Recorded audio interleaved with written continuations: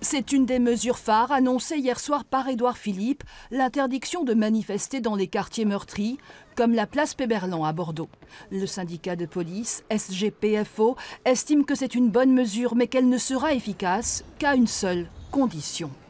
À condition qu'il y ait un renfort conséquent de spécialistes en la matière, donc une centaine de CRS ou de gendarmes mobiles, qui sont en nombre suffisant pour pouvoir filtrer cette place. On sait que ça peut déplacer évidemment le problème ailleurs, hein, sur la place de la Bourse ou sur la place de la Victoire.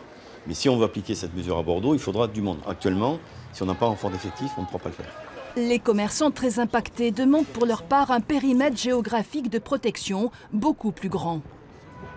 Je pense qu'on aurait dû aller plus loin et interdire le cœur de ville. Vous savez, on a une chance à Bordeaux, c'est qu'on a des boulevards qui ceinturent la ville. Voilà, on pouvait interdire l'intérieur des boulevards ou interdire l'intérieur des cours, puisque c'est la deuxième barrière, à toute manifestation, à tout regroupement le samedi. Il faut une réponse politique avant tout, c'est la seule chose qui permettra d'arrêter le mouvement. Et pour le moment, le gouvernement choisit uniquement la répression et la diabolisation injuste du mouvement des Gilets jaunes. Et on voit que ça ne fonctionne pas. Et il y aura encore à nouveau des casses. Et je pense qu'il y aura un jour un drame d'un côté ou de l'autre. Et ça, c'est malheureux. Et on peut l'éviter aujourd'hui à condition de se mettre tous autour d'une table.